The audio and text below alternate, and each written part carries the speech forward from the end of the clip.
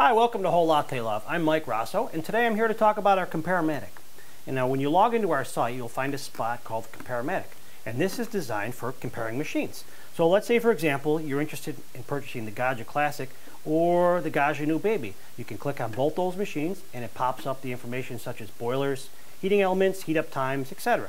Now this video series is called Compare-o-Matic 101, and it consists of three parts. The first part would be the exterior of the machine. The second part would be the interior of the machines, and the third part would be how we comprise our data for you. So let's get started with part one, the exterior of the machines. The first thing you'll notice in the Compare-o-Matic is the housing. The housing, of course, is the exterior part of the machine that houses all the internal working components.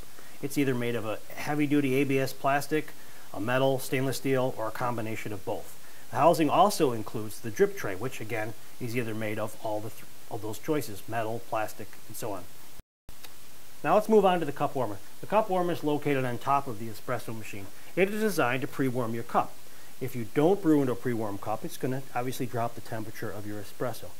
Cup warmers are either heated passively, which means they draw the heat from the boiler, or active, where they have an element that heats them. Let's also talk about the controls. That would be another category under the Compare-o-Matic.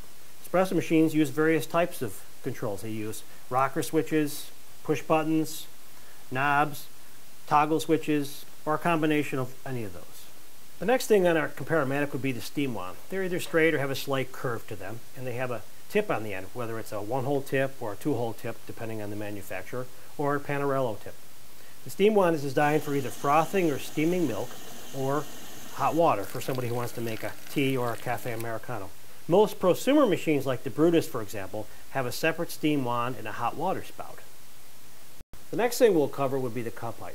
This is the distance between the bottom of the coffee spout, found on the super automatic, or the bottom of the portafilter, found on the semi-automatic machines, to the top of the drip tray.